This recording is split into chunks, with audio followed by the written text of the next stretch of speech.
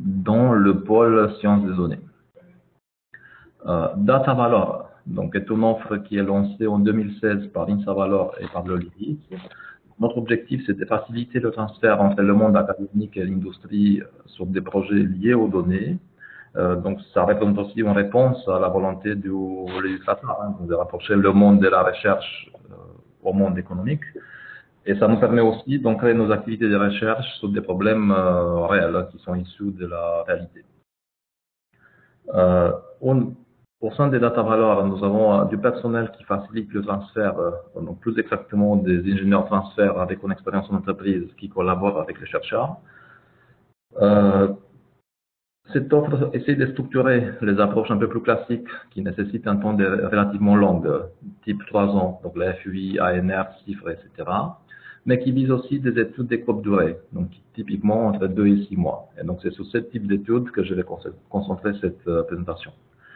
Donc nous effectuons une recherche appliquée, mais aussi un développement expérimental. Donc plus exactement, on essaye pour chaque projet d'avoir un POC, donc une preuve de concept. Donc nos compétences sont plutôt liées aux gestions des données au sens large, avec les 3 versions un peu à la mode maintenant, donc sur le big data, machine learning, intelligence artificielle. J'ai quelques exemples sur le slide suivante, des exemples que j'ai essayé d'anonymiser au maximum pour garantir une certaine confidentialité par rapport au projet qu'on a déjà réalisé. Un exemple de projet à 2 mois. Donc, pour une entreprise qui est start-up du numérique, donc l'objectif de ces projets, c'était de prédire l'intérêt d'un prospect sur une proposition commerciale. Plus exactement, on essaie de savoir si les actions qui sont effectuées par un lecteur, pendant qu'il lit un document, donc un PDF ou autre type de document, vont aboutir à une vente. Donc, pour ça, on avait en entrée des données qui sont issues d'un tracker qui permet de voir comment la lecture a été effectuée sur le document, dans quelle page ont été lues, dans quel ordre et combien de temps. On a mobilisé 2 enseignants-chercheurs et un ingénieur transfert sur ces projets-là. Notre démarche était la suivante, donc on a construit un dataset à partir de la base de données existante dans l'entreprise. Nous avons construit plusieurs modèles prédictifs et on a fait un benchmark pour choisir un meilleur modèle qu'à la suite nous avons mis en place. Et nous avons mis en place le processus qui permet de mettre à jour le modèle en fonction de l'enrichissement de l'historique de l'entreprise. Comme résultat obtenu, donc on est arrivé à avoir un modèle qui permettait de prédire pour 90% des prospects qui avaient un potentiel de 80% qu'elles soient gagnées, donc qui était un résultat très correct pour l'entreprise. Ce modèle est en production actuellement. Donc, on a livré un rapport technique d'une 15aine de pages pour ces projets-là et nous avons aussi mis en place un service web qui est directement intégrable et déjà intégré dans le système d'information de l'entreprise. Un autre exemple de projet à 6 mois. Donc, c'est un projet qui s'adresse à une entreprise, à une PME, on va dire 300 personnes du numérique. L'objectif du projet était d'extraire des informations à partir des documents qui sont pris en photo à partir d'un smartphone. Donc, pour améliorer une application déjà existante dans l'entreprise, qui était l'application phare de cette entreprise, qui était déjà un peu en difficulté à cause d'une concurrence qui apparaissait à l'international. Et un exemple anonymisé, donc on essaie à partir d'un facteur en format image de détecter la date et l'émetteur, et également s'il y a un risque de fraude, enfin s'il y a un risque que la facture soit fausse. Donc les difficultés principales dans le cadre de ces projets, c'était que la qualité des données était très hétérogène. En particulier, les images n'étaient pas toutes d'une qualité extraordinaire. Et aussi le volume important des données. Donc on pouvait se retrouver avec des millions d'images dans un temps assez court. Donc sur la démarche qu'on a mis en place, donc on a constitué un dataset. Pour ça, on a développé nous-mêmes une application qui a permis de récupérer des données. Nous avons créé un module d'extraction de texte à partir de l'image, qui fait de l'OCR, que nous avons aussi comparé avec des solutions existantes, comme Google Vision API ou Azure ou Omnipage. À partir du texte extrait de l'image, c'est un texte qui n'était pas parfait, nous avons créé un module qui permettait d'extraire de la métadonnée, donc d'extraire la date et l'émetteur. Et à la suite, nous avons construit un modèle de prédiction en faisant du text mining pour prédire si la facture risque d'être fausse ou pas. Donc, nous avons mis en place, nous avons créé aussi une application qui prouvait que cette solution était viable et qu'elle fonctionnait. Donc, sur ces étapes, on a réalisé plusieurs itérations. Et comme résultat obtenu, donc on est arrivé à une application avec une précision supérieure à 90% sur le dataset sur lequel, en collaboration avec l'entreprise, nous avons testé. Nous avons fait un transfert de ces compétences dans l'extraction du texte à partir de l'image, l'extraction des métadonnées et toute la partie apprentissage, donc vers les équipes techniques de l'entreprise.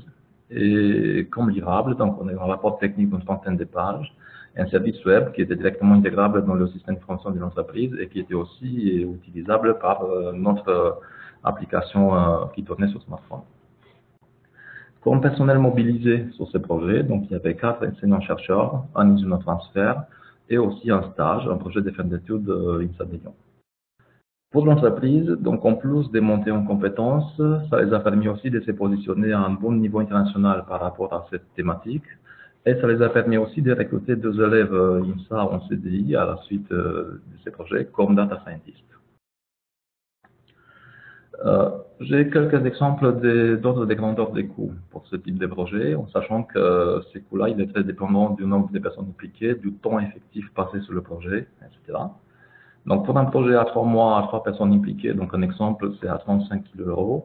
Et pour un projet à 6 mois, à 5 personnes impliquées, c'est un coût autour de 75 kg €. Comme exemple de financement à la charge de l'entreprise, pour un projet à 75 kg €, donc s'il y a une modélisation EasyTech, donc 50% du coût est pris en charge par le programme. Donc ça fait 37,5. Donc sur le 50% restant, donc il y a le CIR, donc qui est autour de 22,5 kg €. Et en conclusion, à la charge de l'entreprise, il en reste 15 kg €.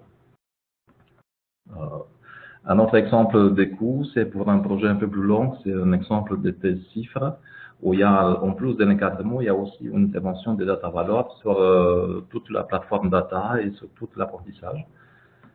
Donc, s'il y a une convention avec le laboratoire autour de 25 kg € par an, donc ça c'est un exemple. Il faut savoir qu'il y a un financement de la part de l'ANRT qui est autour de 14 kg € par an pour le salarié, donc pour le thésard. Donc il y a un CIR sur le salaire qui est en fonction du salaire, mais qui est au minimum un peu plus de 10 kg € par an. Et il y a aussi un CIR sur la convention, qui est dans ces cas-là de 15 kg € par an. Donc il reste un coût autour de 10 kg € par an pour l'entreprise. Le processus que nous avons mis en place pour ce type de projet data, donc on démarre toujours par la signature d'une convention de confidentialité par un NDA. Et après, on passe du temps ensemble pour définir un objectif. Et on récupère les données, on essaie de comprendre le domaine. On explore ces données, on fait le nettoyage, donc toute la partie valeur manquante, normalisation, etc.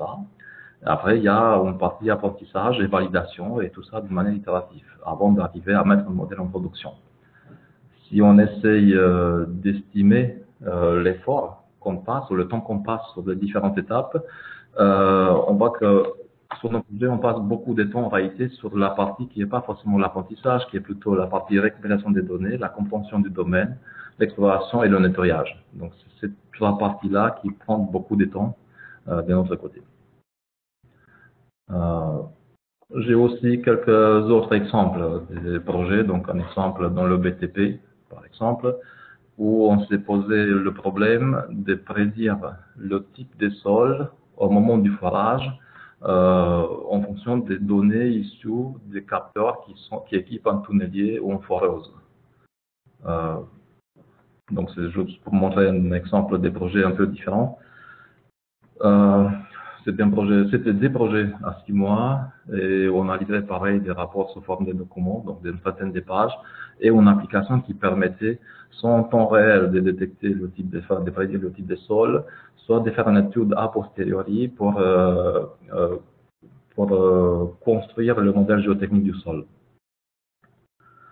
Un autre exemple, c'est dans le domaine de l'audit, où le problème était de choisir un ensemble d'opérations à risque à partir d'un ensemble d'opérations d'une taille assez importante. En plus de la construction du modèle prédictif pour savoir quelles sont les opérations à risque ou pas, on avait aussi le problème de s'assurer que le volume d'opérations choisi est statistiquement représentatif et qu'il respecte les lois dans ce domaine. Donc, c'était des projets à 2 mois, pareil, avec des livrables rapports sous forme de documents et une application dans ces cas-là qui était un service web utilisable directement dans le site de l'entreprise, mais aussi du code dans le langage utilisé par cette entreprise. Maintenant, si je reviens sur data valor, donc il y a quelques invariants qu'on essaye d'appliquer dans chaque projet. Donc déjà, on essaie de passer un peu de temps pour comprendre la problématique et le contexte. Et on a aussi des réunions bimensuelles avec l'entreprise dans chaque projet. Et on met l'accent sur le livrable logiciel. Donc on souhaite avoir une application qui tourne bien et qui est presque utilisable directement en production. Donc là, j'ai quelques références.